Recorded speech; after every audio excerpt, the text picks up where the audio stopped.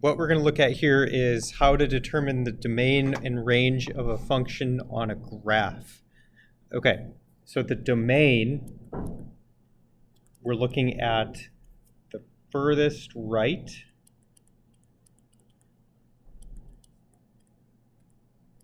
to the furthest left.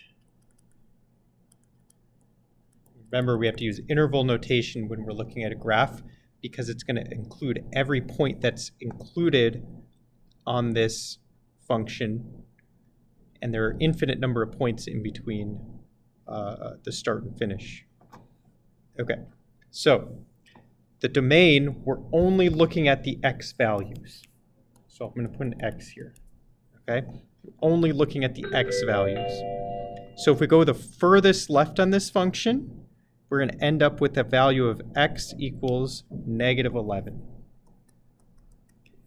Because this dot is filled in, I'm going to put a bracket. And then we're going to go the furthest right. So I'm going to go all the way to the right, and we end up with a value of positive 11. And because this is an open circle, I'm going to use a parentheses. I can do that better. Okay, so that's our domain. The range looks at the furthest down to the furthest up. This is only the y values, okay? So we're only looking at the vertical axis here. So the furthest down on the y-axis is this point right here. See how there's nothing lower than that in the y direction? And so the y value is negative 2. And because that point is included in the function, we're going to use a bracket. The highest point, so the highest y value is right here, whoops. And so that goes to a positive 11. And because that value is not included in the function, can you leave the door open, please? So I actually left all my physics stuff at home. Okay, where was I? Anyways, the furthest up is 11, and because that point isn't included in the function, I used a parentheses. So that's it. All right, now, it gets a little bit more complicated. Let's look at this one. It gets a little bit more complicated when we have these arrows. Now, I'm going to write it again. The domain is furthest left to the furthest right. And we're only going to be looking at x values for the domain.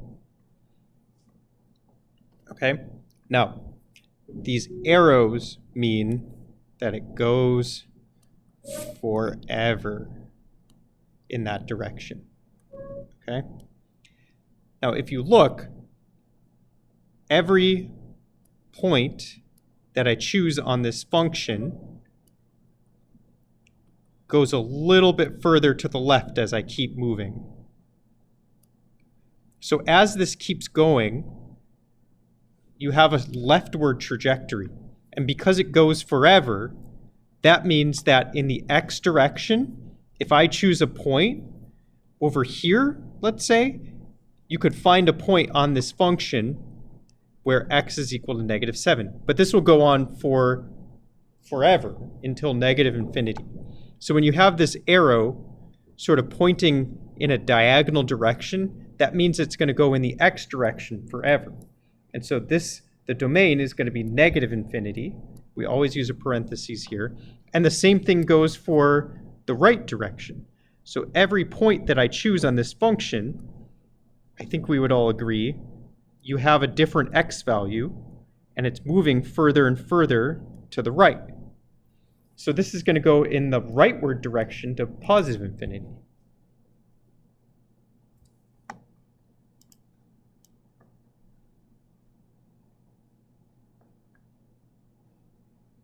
Okay.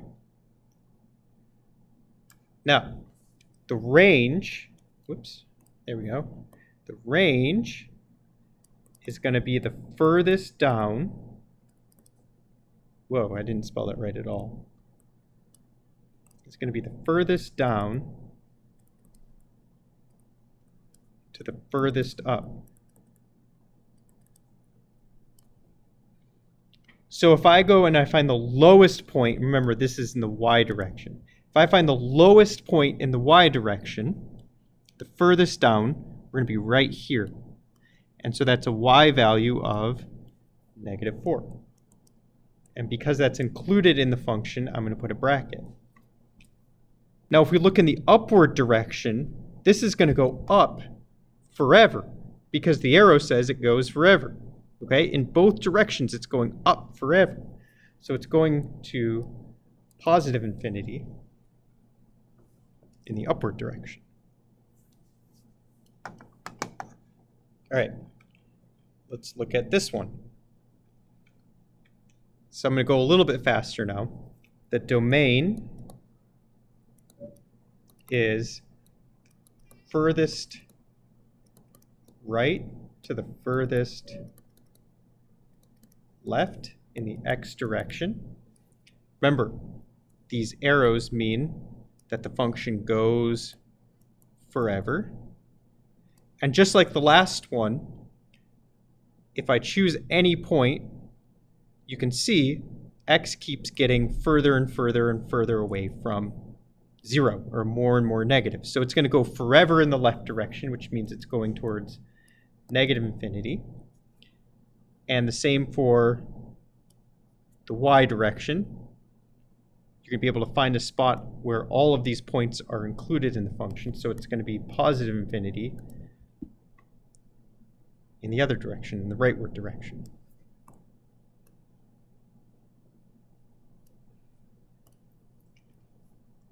The range is furthest down to the furthest up, and that's on the y-axis. So here we're going down, but do we ever stop going down? No, the arrows mean we go down forever, so it's going to go down to negative infinity. Now, what's the furthest up? There is a point that's furthest up on this graph, and that's right here, and so you can trace over to y equals 1. And since it's included, we have a bracket. I think we're picking up on this, but I'll do one more. I think I have another one. All right. Here, our domain is the furthest right to the furthest left. And again, in the x direction. So our domain is going to be negative infinity to infinity. Our range, which is furthest down to furthest up, it's going to be on the y-axis. So it goes down forever. So that's a negative infinity. And there is a maximum, so there's a point at which it's highest, and that is at 4. That's it.